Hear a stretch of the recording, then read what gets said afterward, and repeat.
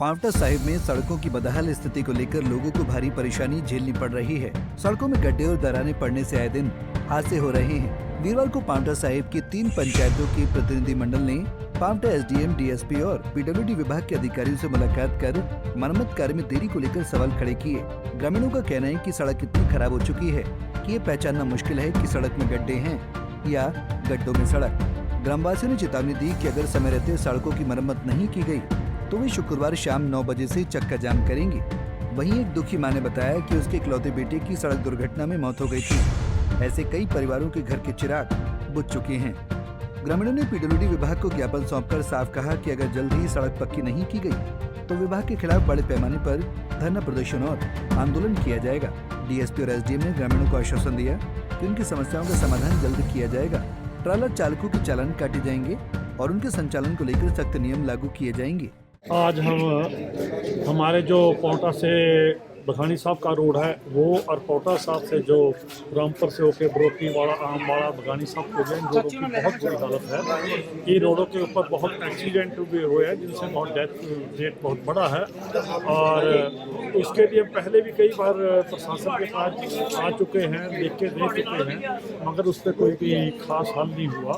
तो आज हम एसडीएम साहब के पास आए थे कि रोडों का हल किया जाए, एक्शन साहब के पास आए थे और डीएसपी साहब से भी मिले हैं, उनसे भी रिक्वेस्ट करी है। जो ये क्रैशर पे रात को बड़े ट्राले आते हैं इनसे ज़्यादा परेशानी है और यही ज़्यादा नुकसान करते हैं। ओवर स्पीड पे चलते हैं, ओवरलोड चलते हैं और जो रोड की क्षमता है हमारी वो 10 टन तक है और जबकि ये ट्राले जो हैं 60-60, 70-70 टन के वेट में चलते हैं जिनसे रोड जल्दी टूटते हैं, खराब होते हैं।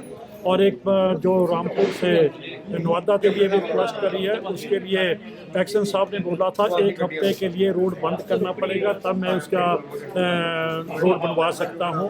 तो रोड बंद करने के लिए एसडीएम साहब ने डीसी साहब को परमिशन डाली हुई है। हम रिक्वेस्ट करते हैं डीसी साहब से कोई परमिशन के देने की कृपा करें। आपको हमने अपनी प्रॉब्लम बताई। हमारा जो पांवटा साहब से बघानी के लिए जो रोड जाता है इसमें बहुत रोड टूटा हुआ है। गाड़ियाँ तकरीबन हर रात में तकरीबन 700-800 की निकलती हैं जो खनन वाली गाड़ियाँ हैं। उनको उनसे जो धूल मिट्टी उठती है, जो पास पड़ोस बड़े गाँव रहने वाले गाँव मतलब घर हैं उनमें बहुत ज़्यादा दिक्कत है और उनके घरों में बहुत मिट्टी, जो गेहूँ है, चारा भी जाओ डंगरों के लिए सब बेकार हो जाता है, तो इसलिए परेशानी ज़्यादा है। हम एसडीएम साहब से रिक्वेस्ट किया है कि रोड तो बनाया जाए, नहीं तो हम इस रोड को ब्लॉक करने की सोच रहे हैं। कल 9 बजे का टाइम दिया है, कल 9 बजे हम इस रोड को ब्लॉक करेंगे। सभी ट्रक ड्राइवरों से, ट्रक मालकों से हमारी रिक्वेस्ट है कि कल 9 बजे के बाद गाड़ी लेके ना आए। बहुत सारी सड़क सुबह 9 की रात को? कल 9 बजे सुबह या रात? कल रात से बंद। बहुत सारे सड़क हादसे रोड के ऊपर कई बड़े हादसे हुए जिसमें जवान लड़के एक्सीडेंट के बीच में मौत होता है। तो ज़्यादा हम मेहरबान नहीं देना चाहते, लेकिन रोड जरूर ब्लॉक करेंगे क्योंकि जब तक रोड नहीं बनता तब तक हमारा कोई सुधार नहीं हो सकेगा। जिसके कारण हमारे कई हादसे हो चुके हैं और जिसके कारण मेरे बेटे की जान चुकी है और इतना ज़्यादा ख़राब है कि जो गाड़ियाँ रात को चलती है और टाइम से पहले चलती हैं और ओवरलोडिंग ग्रामीण लोगों की यही मांग है।